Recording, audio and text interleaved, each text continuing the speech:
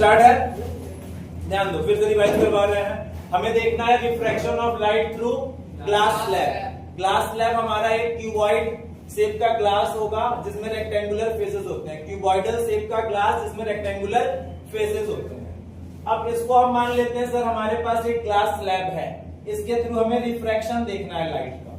तो ऊपर से हम इंसिडेंट रे भेजते हैं, इंसिडेंट रे यहां से आया, कहीं से टॉर्च से लाइट से कहीं से इंसिडेंट रे आया। अब देखा जाए तो एयर से ग्लास में ट्रेवल करेगा, means air to glass means rarer medium to denser medium, it will bend towards normal. तो पहला रिफ्रैक्शन हुआ एयर टू ग्लास। अब ये इस रे को कहा गया इंसिडेंट रे। अब जो रिफ्रैक्ट हुआ उस रे को कहा गया रिफ्रैक्टेड रे। अब देखो, अब ये रिफ्रैक्टेड रे इस सरफेस पे आया ग्लास की, तो यहाँ पे फिर से रिफ्रैक्शन होगा glass to air, glass to air. तो ग्लास से जब एयर में आता है मतलब denser medium to air medium, it will bend away from normal, it will bend away from normal. अब इसमें याद क्या रखना है हमें? अच्छा ठीक है, आखिरी में जो रे आया, जो इमर्ज हुआ, उसको कहा गया इमर्जेंट रे। सबसे पहले जो रे आई एयर से उसको इंसिडेंट रे, ग्लास में जो रे गई उसको रिफ्रैक्टेड रे, ग्लास से फिर एयर में जो रे आया दैट इज इमर्जेंट रे। इंसिडेंट और नॉर्मल के बीच के एंगल को एंगल ऑफ इंसिडेंस, रिफ्रैक्टेड रे और नॉर्मल के बीच के एंगल को एंगल ऑफ रिफ्रैक्शन, इमर्जेंट रे और नॉर्मल के बीच के एंगल को angle of emergence, angle of emergence. अब याद क्या रखना है, ये जो इंसिडेंट रे का ओरिजिनल डायरेक्शन है और ये जो इमर्जेंट रे, ये दोनों एक दूसरे के पैरेलल होते हैं, दोनों एक दूसरे के पैरेलल होते हैं।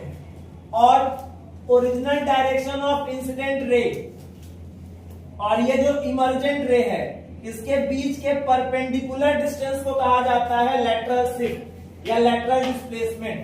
तो lateral displacement is the perpendicular distance between original direction of incident ray and emergent ray। तो ये याद रखना, इमर्जेंट रे क्या, सॉरी, दो चीजें याद रखनी है।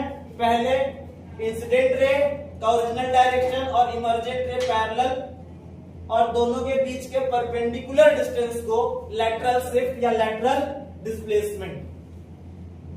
तो when ray of light falls on a glass slab obliquely, it emerges out parallel to the original direction of incident ray।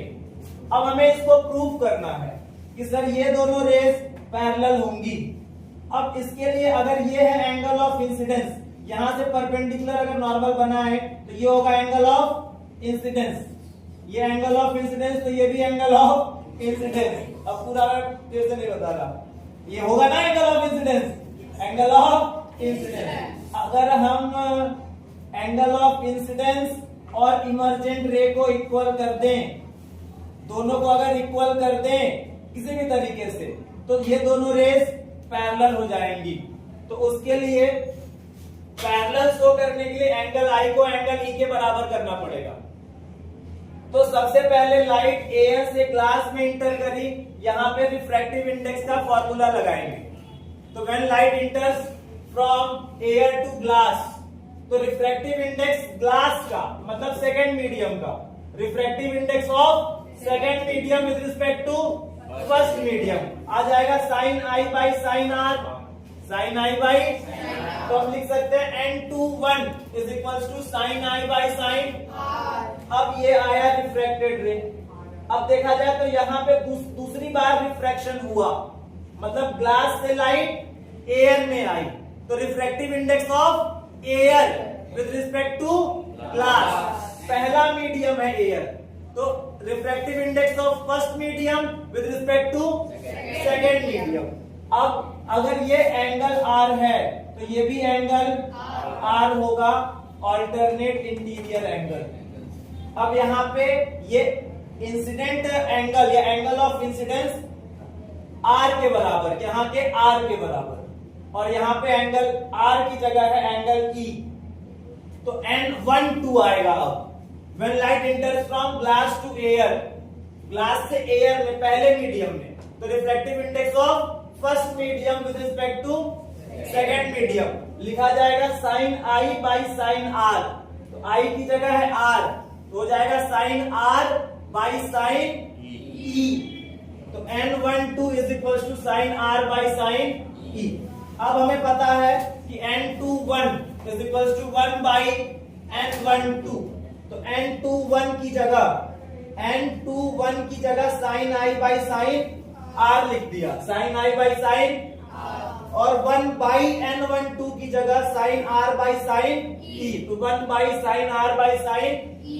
फिर हम इसको ऊपर लेके जाएंगे तो ये आ जाएगा sine I by sine r is equal to sine e by sine r. Sine r cancel, बचा sine i is equal to sine e. अगर ऐसा है तो यहाँ पे angle of incidence angle of emergence के इक्वल। अब ये दोनों अगर इक्वल तो हम कह सकते हैं कि जो ओरिजिनल डायरेक्शन है इंसिडेंट रे का और इमर्जेंट रे दोनों एक दूसरे के पैरेलल है, इक्वल नहीं है, पैरेलल है।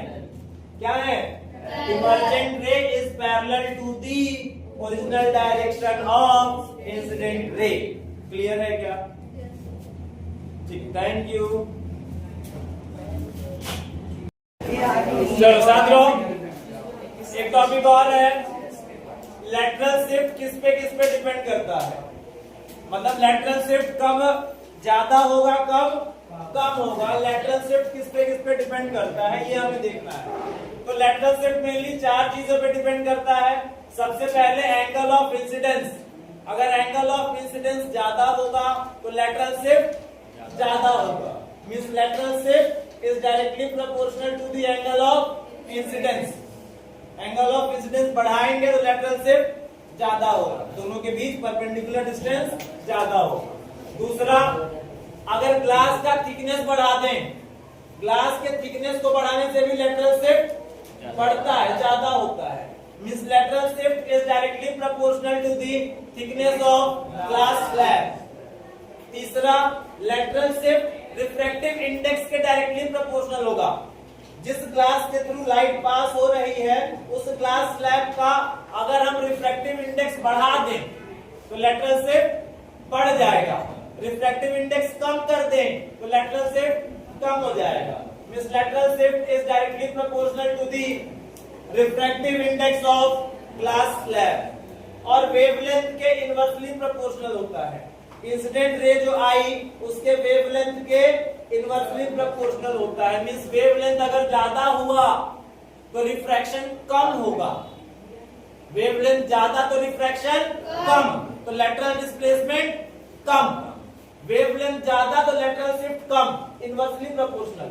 वेवलेंथ अगर लाइट का कम है तो लेटरल शिफ्ट ज्यादा होगा। तो ये 4 चीजें याद रखना, एग्जाम में पूछा जा सकता है कि ऐसे कौन कौन से फैक्टर्स हैं जिसपे लेटरल शिफ्ट डिपेंड करता है।